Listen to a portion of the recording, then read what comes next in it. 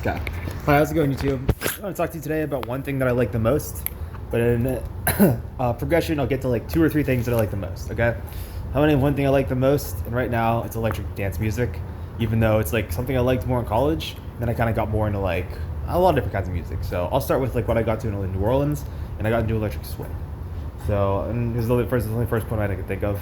But anyway, I was gonna talk about South America, and that's like one point in time, or here's the thing, I didn't listen to too much music on South America, but I did hear one song I really liked, and it was Take 5 by David Brubeck. And I heard that because it took me, it like made me think of something. It's like, I never really thought about music as a cool thing. And it was cool because I used to like take this jazz class when I was in college, which is just like an online jazz class, and it like introduced me to like different genres of jazz, but like I never really like delved into before, so it was something that just fascinated me. Anyway, other types of music I liked at different points in time were pop music and dance music, I guess is what I call it. But it was like whatever kind of music on the radio, so I guess I call it hip hop. But I don't know. Also, the type of, well, actually, let me just get back to what I was talking about. So I'll go back to, I'll go to thing number 2 actually already, because I'm done with thing number 1. So I'm gonna start talking about this. There's 3 things that stand out to me. I'll say this: the 3 favorite types of movies that I have, or my 3 favorite types of movies. This could be best said. Okay, my 3 favorite types of movies are, I was gonna say horror, but like not really. I don't know. I'd say thriller, comedy, and drama. That's even a genre movie? I don't know. Are all movies in that genre, or is that even like a genre movie or a genre of TV show? I mean, there's even a genre of movie. I don't know if it is. Everything would just fall into that. I don't know. I guess it could be. I'll just leave it alone. Leave it at that.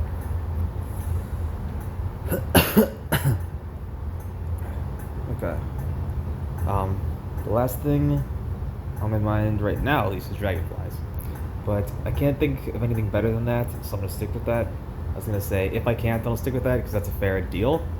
But since I couldn't, I decided I wouldn't. So anyway, 2 things to note about dragonflies. One, they're a really friendly insect, in my opinion. So they're really cool.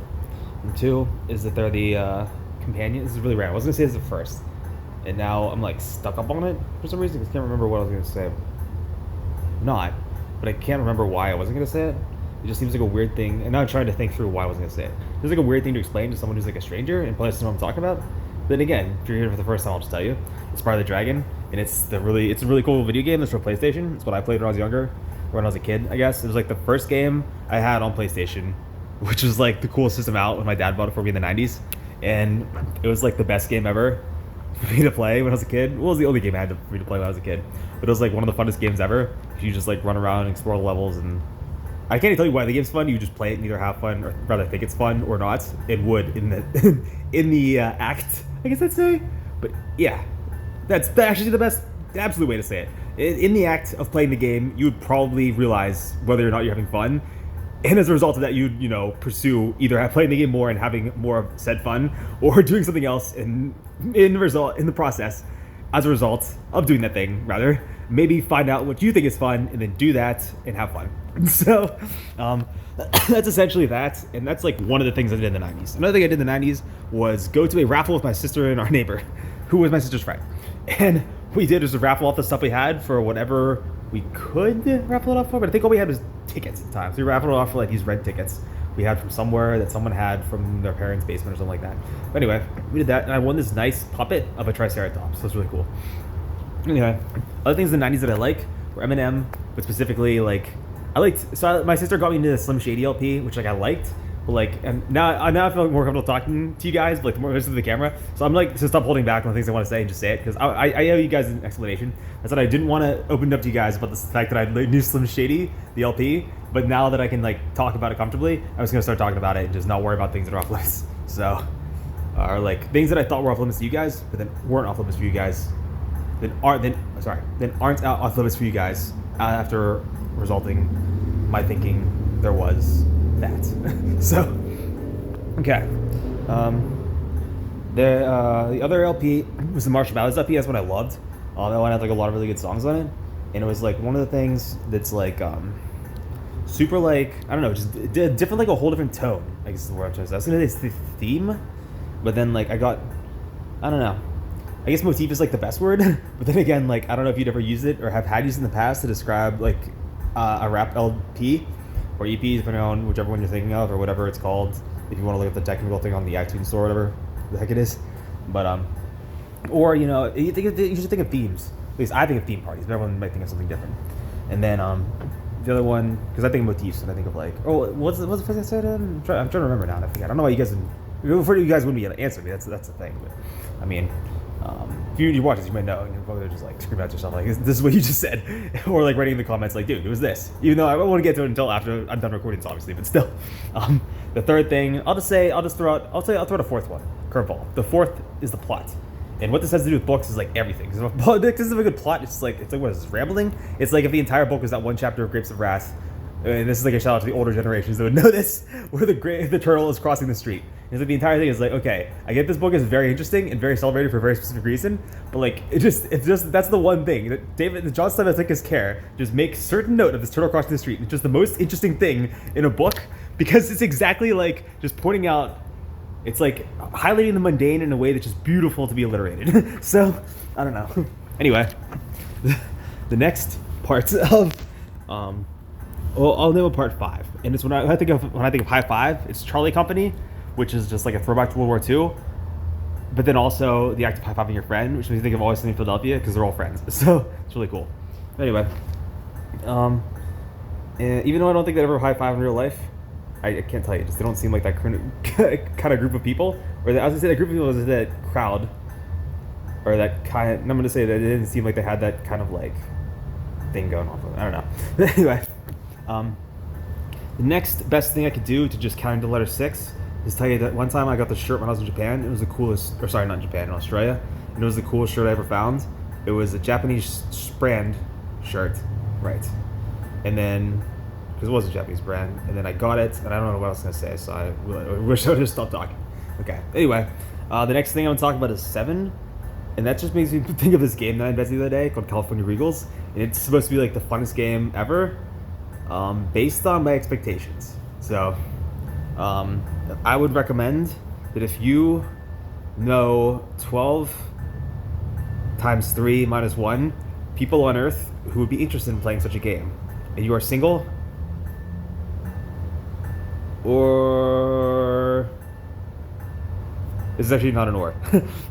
Also, if you, I don't know. I don't know how to relay the information I want to get, but if you were like watching, or let's just say you've already heard this, so I don't even have to say an if, but let's just say hypothetically, you're at home and you're bored. Stop being bored and come over and play California Regals. And if you know someone else you want to bring, and she's a girl and she's hot, that's cool. Or if they're a guy and they're cool, that's also okay. So do that. But you know, we only have so many cards in a deck, and I've got dibs on, I'm gonna say the Jack of Diamonds. So that's gonna be like my player card in this game. And once you learn the rules, you're gonna respect the game. But until then, you're just gonna have to get your stuff on board, and you know, get your Heine in gear. And if you're not on board for this game, then just know you're missing out like the best game of the summer. So you have no idea. Anyway, next thing. This is a point that I'm gonna pretend doesn't have anything to do with the number 9, but I'm literally just doing these, at least in this video, in a sequential order, and I don't want to forget or lose track of what I'm talking about or thinking about. That's why I'm doing this. But it's the idea that you should shine bright like a diamond. So I want to see you guys on YouTube doing more videos, and I want to see you guys get at least one of you. If you're watching the video, then you already know me. So fact, I just verified that. So there. So give me a shout out if you do channels too, because I want to hear what you do. But really, I want to like get in touch with like what it is you do that makes your channel unique and special, and then try to do something like be a compilation with that. So if someone on YouTube want to do something, I want to make this whole thing like one community that's just awesome. They just like glows like, you know, the universe lit up. On a starry night, and I'm gonna tell you this one shot. If you get it, you do. If you don't, you don't. In the San Pedro de Atacama Desert, in a place in South America. So you can look up that fact for yourself, because I want to say it. Because I don't feel like explaining to you all the facts of life when you could just look up the things you need to know using the tools that are available to you in the real world, and/or including the World Wide Web. So that is essentially all I have to say about that.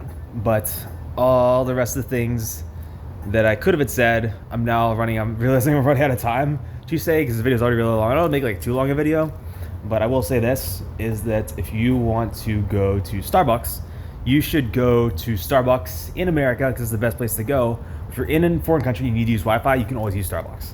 But don't think that Starbucks is the highlight of any other country. So if you're in another country, you can just acknowledge the fact that yes, there's a Starbucks, but it's a luxury, not, anything to do with how you should define or, observe, but form perceptions of the country itself. So there, just me speaking up for countries, speaking up for American global franchise obviousness, but also just highlighting a point that I'm speaking up for culture and the culture of countries specifically. So there, that's my spiel, which came to 10 minutes and 37 seconds plus some change, and I'll let you guys go and get back to your lives. And so I'm Henry Jonathan Kintaro. Peace out.